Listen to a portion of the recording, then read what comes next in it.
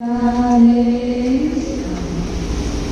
आज सभी को व्यास से वंदन करते हुए आज सप्तम दिवस की कथा में हम प्रवेश करने जा रहे हैं। तो भगवान के कथा श्रवण करते हुए 6 दिन व्यतीत हो चुके हैं।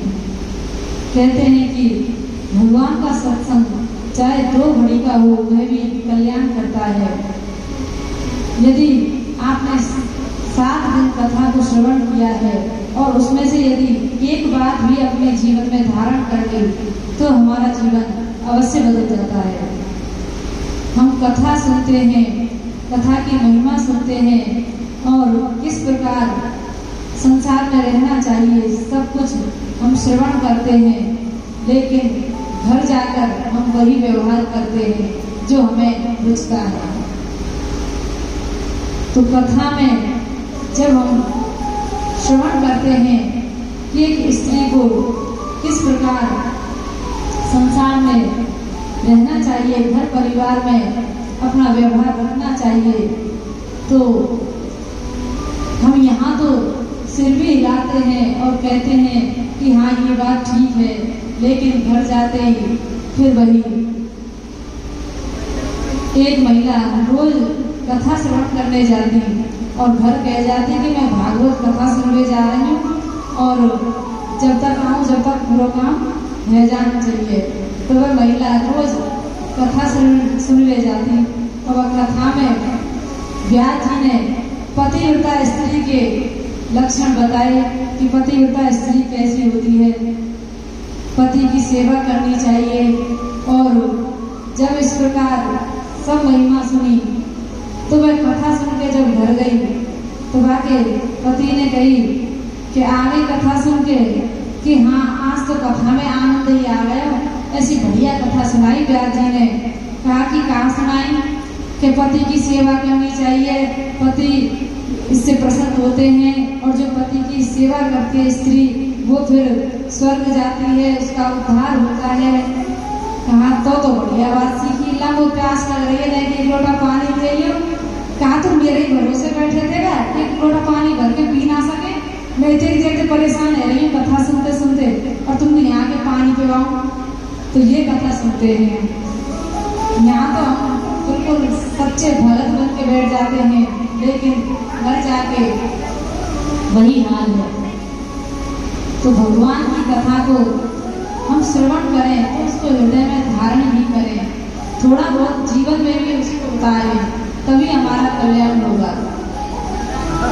तो भगवान की कथा हर समय कल्याण करने वाली है, क्योंकि भगवान अपने भक्त को इस धराधाम पर भेजते हैं अपने भक्तों का कल्याण करने के लिए। कहते हैं भगवान स्वयं तो आ नहीं सकते, लेकिन अपना कोई ना कोई भक्त अवश्य भेजते हैं और जब अपना भक्त भेजते हैं तो वह भक्ति का प्रचार प्रसार करता है और जब भक्ति करते हैं तो संत भी आनंदित होते हैं और भगवान भी आनंदित होते हैं, क्योंकि संत की ही महिमा सबसे बड़ी होती है। प्रभु कहते हैं कि संत को मुझसे बड़ा मानो, जो मुझसे बड़ा संत को मानेगा उसी का कल्याण है, क्योंकि ये संत ही हैं जो मेरी भक्ति को जन जन में जगाते हैं। भगवान को कौन जानता यदि संत नहीं होते? संत हैं इसलिए हम प्रभु को पूजते हैं, भक्त ही भगवान को जनाता है। आज यदि मीराबाई ऐसी भक्ति नहीं करती तो भगवान कृष्ण को इतना कोई प्यार नहीं करता, क्योंकि उन्होंने एक राजघराने में रहते हुए भी प्रभु की इतनी दृढ़ भक्ति की।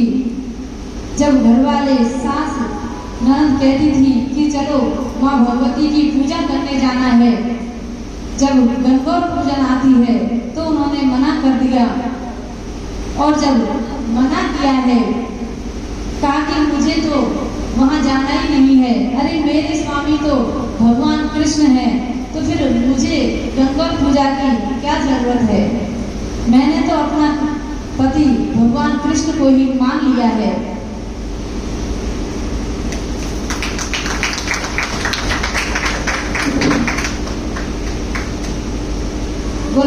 वृंदावन बिहारी लाल की जय। तो मीराबाई कहती हैं कि मैं किसी संसारी पति की नहीं हूँ, मैंने तो भगवान कृष्ण को अपना मान लिया है। तो फिर उसके लिए जब वो कभी मरता ही नहीं तो व्रत पूजा क्या करना।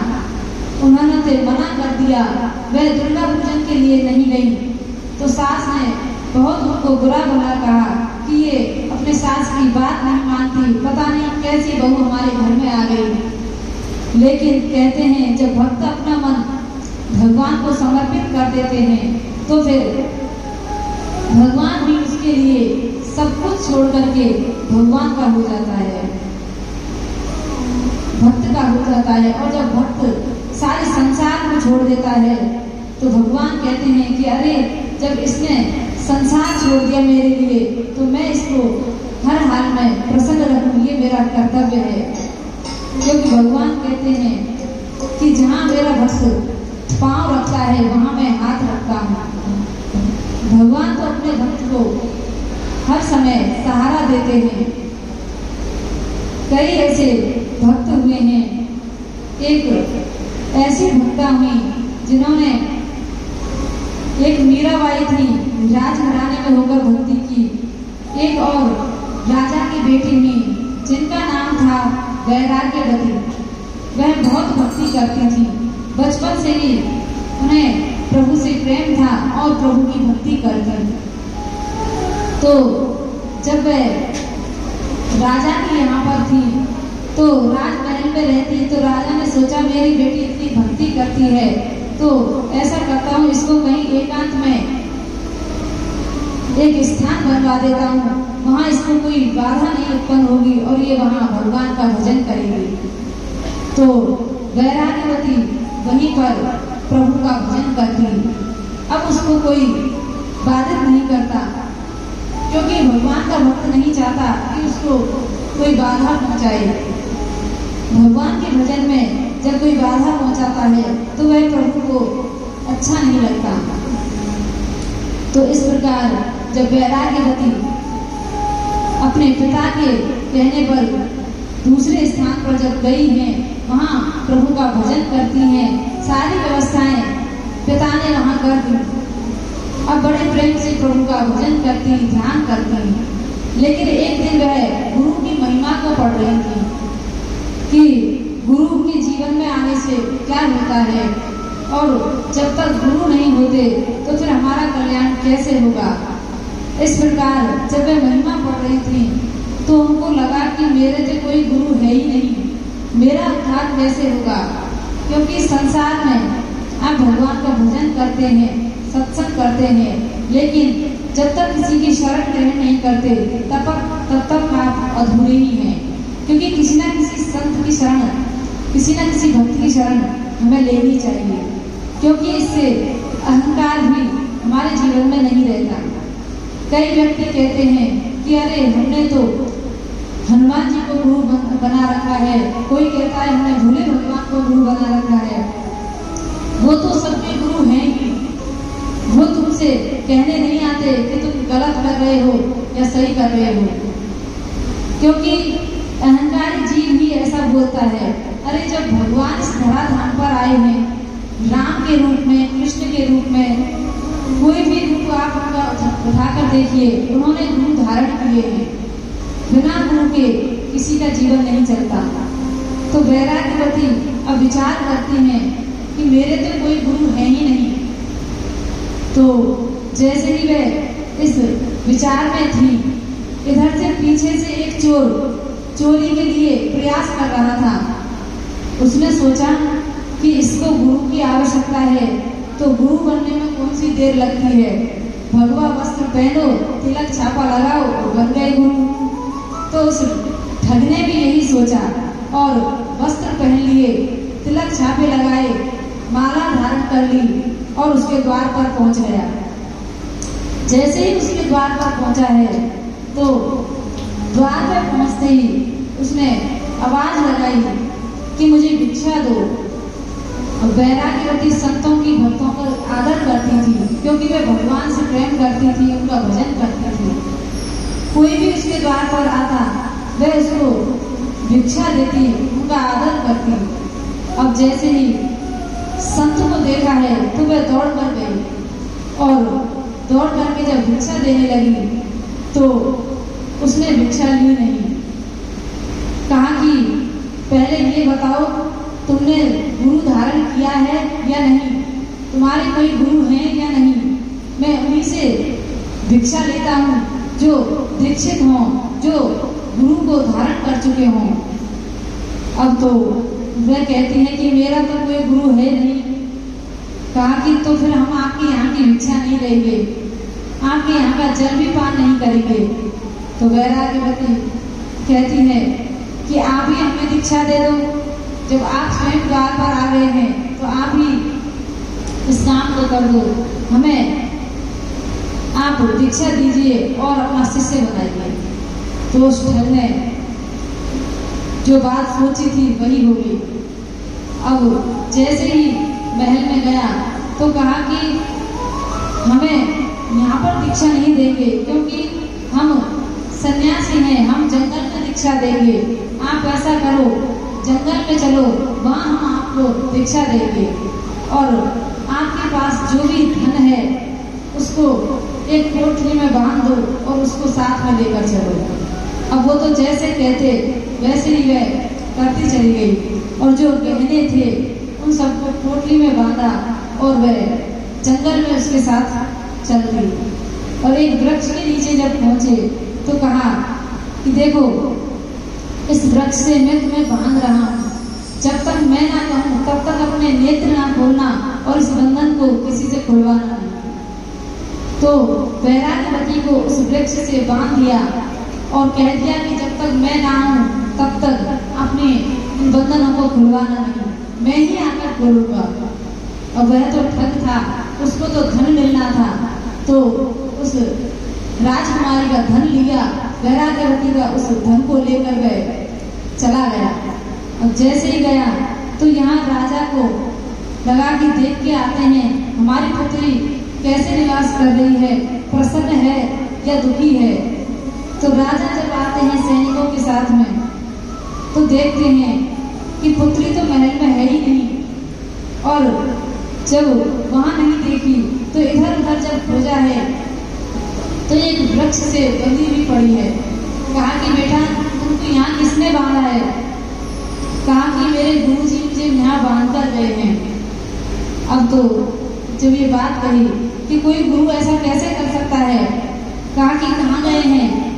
उन्होंने कहा है कि जब तक मैं ना आऊँ तब तक ये बंधन किसी से मत खुलवाना, इसलिए मुझे यहाँ छोड़कर गए हैं। और ऐसे ही करते हुए जब एक दिन बीता, 2 दिन बीते, गुरुजी तो आए नहीं क्योंकि उसको धन चाहिए था, वह तो धन को लेकर भाग गया।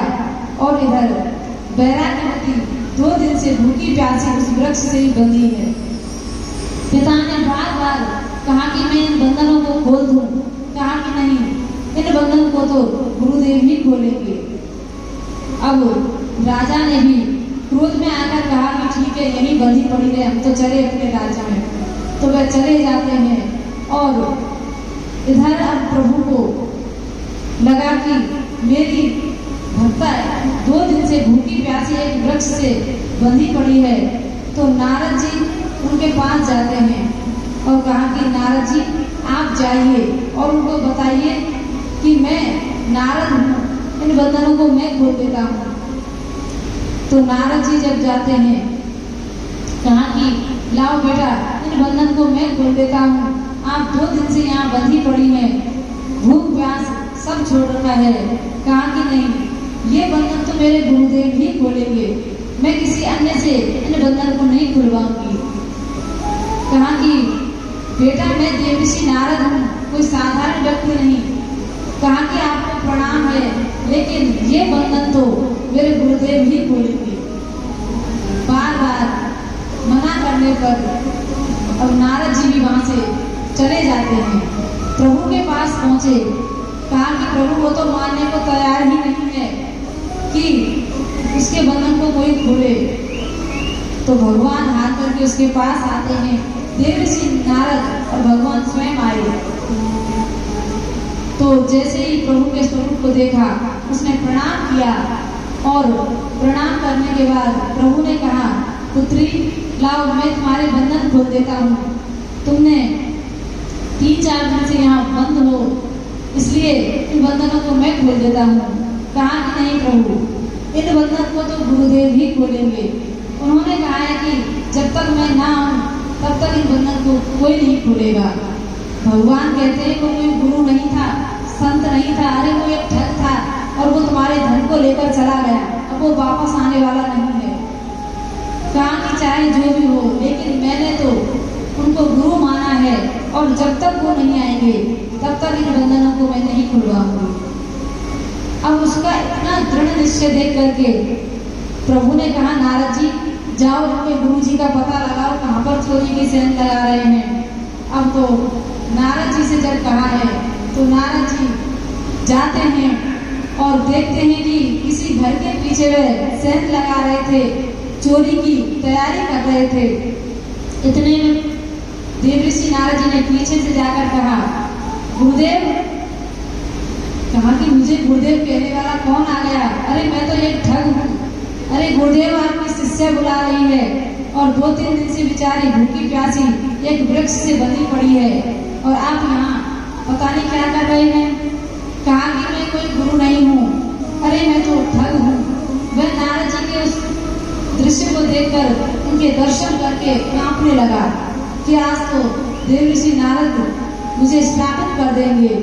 जब वह घबराता है तो देवऋषि नारद जी कहते हैं कि घबराओ नहीं, चलो पहले अपने शिष्य के बंधनों को खोलो।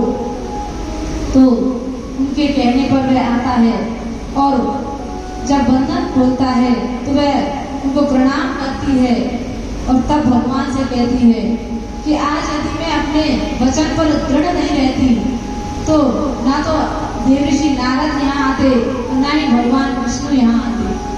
इसलिए मेरा दृढ़ विश्वास ही है कि आप दोनों भी यहाँ मुझे दर्शन देने के लिए पधारे हैं, तो ये मेरे गुरु की ही महिमा है, इसलिए मैं इन्हीं को गुरु धारण करूंगी।